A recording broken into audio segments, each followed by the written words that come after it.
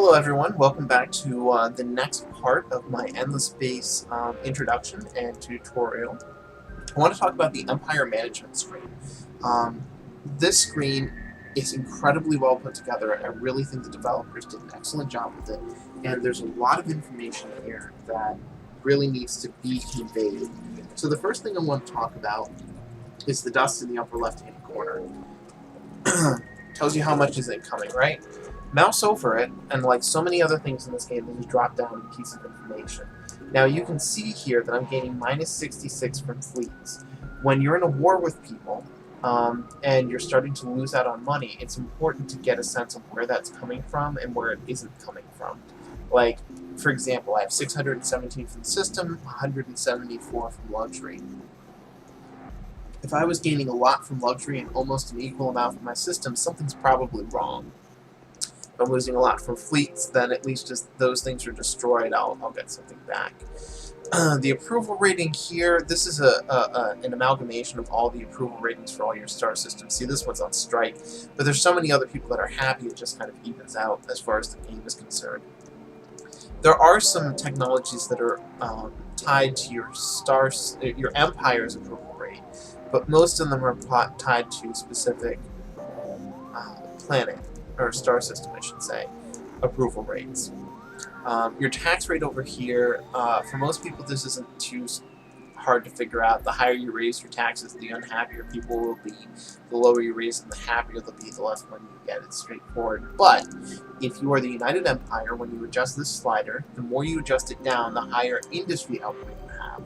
So the intention here is that instead of buying out fleets in star systems as the United Empire, you would build them. And you can also use this to get a rash of new planets underway, if you can afford to take the hit to your money. If you are the Sophons, and I am, you can see that as I adjust the tax rate, that science rate changes dramatically. One of the other things I want to pull up is the empire-wide factors. There's a lot of information in here, but one of the reasons I specifically point this out is that some empire or game-wide events will occur where, like, for example, you get a -2 to your sensor range for 50 turns or something ridiculous like that, or you gain unhappiness for your empire for 75 turns or something.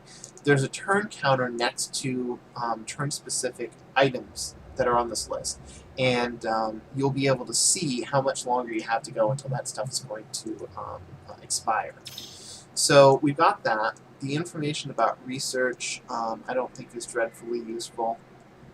Strategic and luxury, there's a lot of information here that, just by mousing over. If you see a yellow number, that means you have either abundant if it's strategic, or monopoly if it's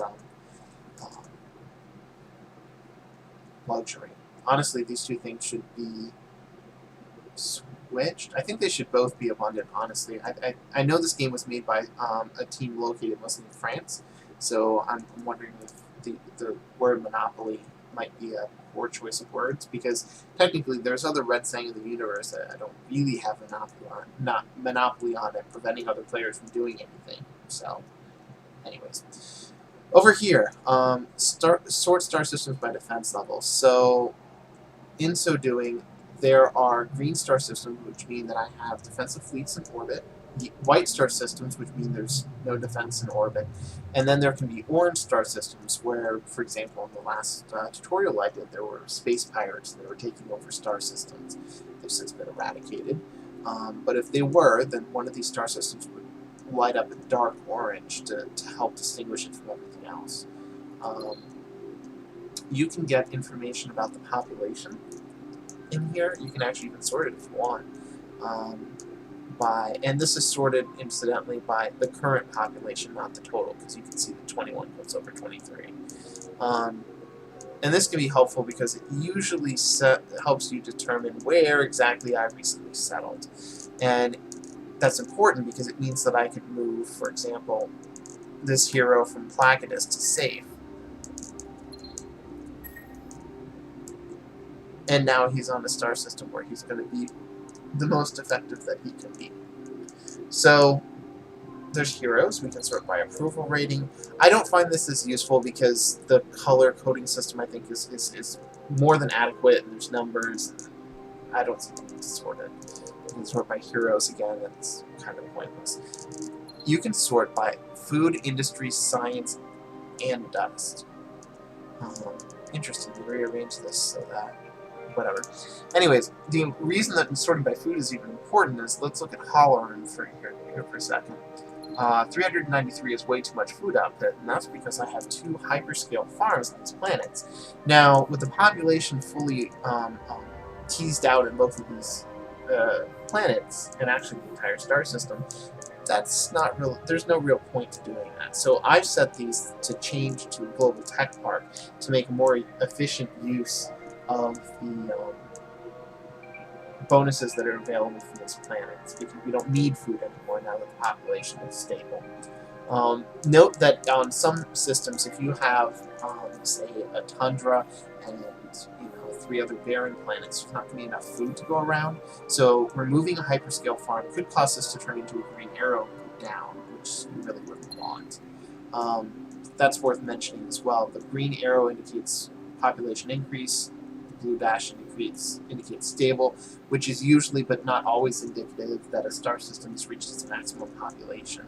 And then an orange down arrow would indicate population decrease due to insufficient food. So in that way, I can look and see that several star systems are probably producing more food than they need to. Kraz is another one. The sorting of industry is super important because when you are going to war or being attacked by space pirates, you want to be able to come into this management screen and sort. I recommend at bare minimum that you take the top 3 production planets of yours and then redirect production into starship building. Now, this does a couple things. One, it guarantees you're going to get your fleet as quickly as possible, and that's important. Why 3? Well, let's just say that they produce whatever ship you needed at a rate of 1 per turn. Then you get 3 a turn, and if you move them to a single location, you can put together fleets very, very quickly and just fire them off at your enemies. It's also worthwhile because once you've established what your best star systems are, you can go in there and build ship-specific bonuses in those fleets only, so you don't lose dust in other star systems when you're not necessarily going to be building ships there fast enough to warrant the loss of dust. Because especially later in the game, when you get some really awesome bonuses from the military tree, it's just not worth your time. So now we also have our science. Science is really important for my race in particular, the Sophons. If you're a research race, this is a very important view because it also means that in Holloran, this guy's a corporate hero, this guy's a corporate hero, they're probably better off located at these 2 star systems if it wasn't for the fact that they're doing something where they are. Because the bonus that they provide is something like, what is it? Let's find out. A 36% bonus to science. A 10% bonus to science would give me another 40 points or so, 42 points.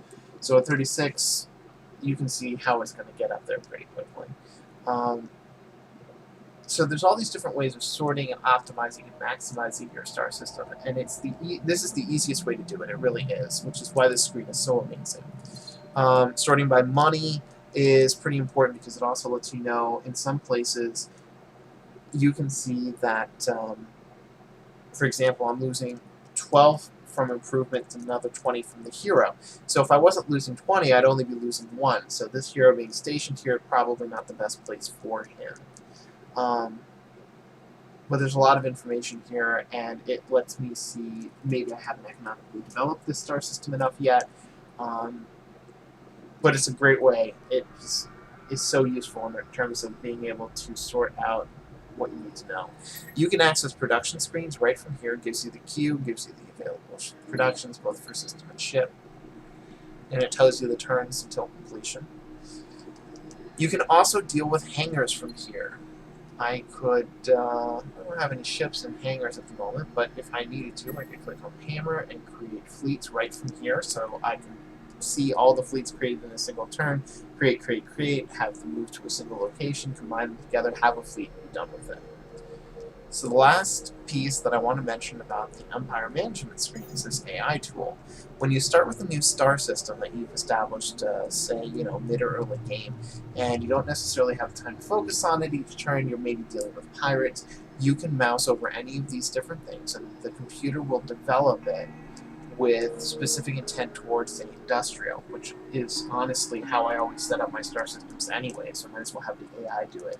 It also means that if any industrial buildings become available in the future through technology, they'll be given priority in the queue, and the computer will fill in information for you. Now, it may not be in your best interest. It's a lot, if you don't want to do as much micromanaging, it's a good way to help manage that. But if you're not really one for micromanaging, this probably isn't the game for you anyway, so let's be honest. So that's it for the Empire Management Screen. I want to move into trade routes because that's the second part of this tutorial. So the trade route summary screen, very valuable as well. I think it's well set up. Shows you the Empire. In order to trade with anyone, you first have to establish a peace treaty with that race. So I have peace treaties with all three of these empires, and there's a very specific reason for that, which I'm going to go over in a moment. You can see that I have a total of 9 outgoing routes. The route information is established over here, and it shows you how much I have with what species. And so you can see that I'm also gaining science and dust. Now that's important to note because what this is telling me is the amoebas, for example, I have 7 different star systems. I'm having more science than dust. They're focusing on science right now. They don't want to fall behind in that because I'm gaining more of it as income. If you were to look at this on the opposite end, if I was able to see my own trade route income from the amoeba, they would have an insane income through science because my species is so focused on it. If I had more Sheridan representation, you would eventually see that this is almost going to be tied or even have a dust surplus when compared to science because the Sheridan are such an economic race. This allows you, once you've become more familiar with races in the game, to carefully pick and choose who you want to make sure are your allies, and in that way get exactly what it is you need. Now, since I'm a science race, 67 income from amoeba is not bad. So there you have it. Now, a cooperation agreement is listed here as available through technology, and when you enter into it with a race, your cooperation agreement says that for about 5 turns, we're going to take a decrease to our overall trade income. Afterwards, the trade income increases steadily for several turns, and I think it ends at about double what it is currently, which is a really huge bonus here, especially considering that you have other trade buildings that double bonuses and change and modify all of these trade routes. So cooperation agreements are really totally worthwhile. I wouldn't enter into them with a computer generally, but yeah. I mean, the last thing I want to mention, at least on this table, is the incoming routes. You can see there are 28 total routes. You can also see that the trade routes here are wildly disparate. What's the reason for that? Well, quite simply, with the amoeba, since they start the game being able to see all of your planets, they are able to establish trade routes with any planet they can see.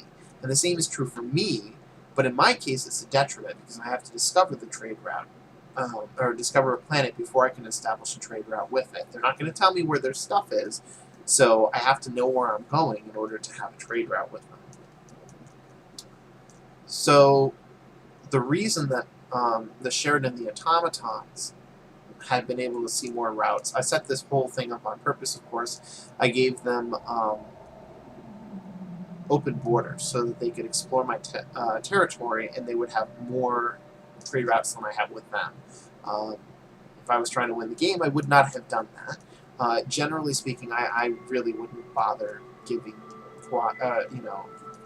open borders to any of the computers, because if they can see your star systems, then they're gaining an advantage that you are not, or they're gaining an advantage when you don't want them to have one at all. I mean, unless that you're really certain that they're going to be the last people that you're going to destroy, I just wouldn't bother. there's no point in helping them along.